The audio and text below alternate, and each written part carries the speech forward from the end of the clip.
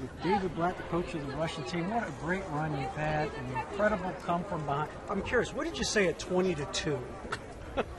Except for the fact that maybe we ought to get the hell out of Dodge. I said, listen, we got to make a stand here defensively and start running our plays. We were playing at a breakneck pace, which suited well the Spanish game, and we had to slow it down and start to execute our offense and get a basket here and there, which we did, and slowly but surely we found our way. Is there a quantitative difference when you're coaching the Olympic team from the other experiences? Well, I think yes, because first of all, you're putting aside the professional aspect. Now, albeit the Olympic Games are no longer an amateur endeavor, but still, guys are coming on their own, from their own free will.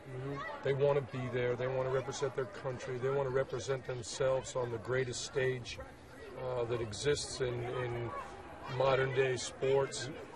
You have that plus of wanting to help them be the best that they can be in this very, very special environment. So from a motivation standpoint, it's a lot easier than it is in many other environments. And I know from our standpoint in the Russian team, guys before I came 7 years ago were more or less forced to play. Now it's purely a voluntary thing, and we're turning them away, which is one of the best pieces of news that's happened to us. Nobody has to come.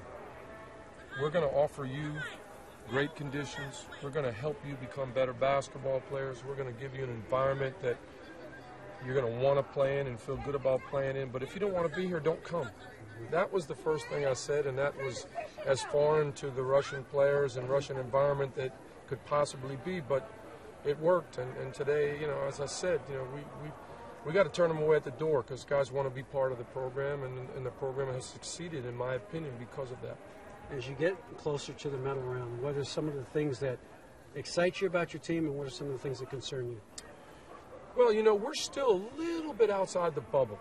Even though we're European champions from 2007, and even though this is our second consecutive Olympics, and even though last year we medaled in the Eurobasket, we still had to qualify this summer to make the Olympics. And we were not favored in this group. You had both Spain and Brazil certainly with their NBA-laden rosters ranked ahead of us, and we came in and won the group. People still aren't quite sure if we are of that caliber. We are. We believe we got a shot to medal. We're well aware, cognizant of the fact that we're not a favorite yet, but I think that works in our favor because we know we got to work just a little bit harder to get it done. You've got some, obviously, NBA players on your team. Karolinko and Shved is going over to the Timberwolves. How have they contributed to your team so far? Well, Andre, first of all, he's your ideal leader.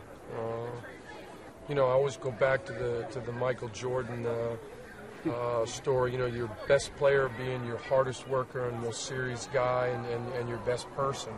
And that's the story with Andre. He's our benchmark. He's our leader in every respect, and the guys just look up to him and respond to him so well because he does the work. He loves what he's doing, and he makes everybody feel part of it.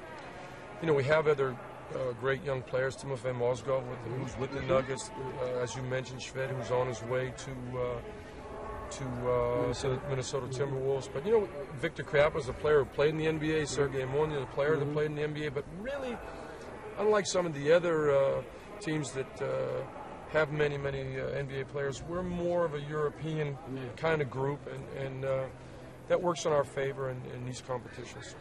Do you allow yourself to think that if we win a few more games, there's something at the end, there's a potential gold medal game at the end, and it might be against the U.S.? The thought crosses my mind, but in all honesty, having done this for so long, I'm very, very careful to put the cart before the horse. We won the group. We got to play a tough quarterfinal game against Lithuania, who you saw gave the United States their toughest game. We know them. We've played against them, and they're a quality group. And then you get into the semifinal round. You could draw one of the 2 or 3 best teams in the world. So there's certainly no guarantees. Let's put it this way. What we're supposed to do, we're doing. The path that we have to follow, we're well aware of. But the way is not easy, and we got to keep our nose to the grindstone and keep pushing ahead.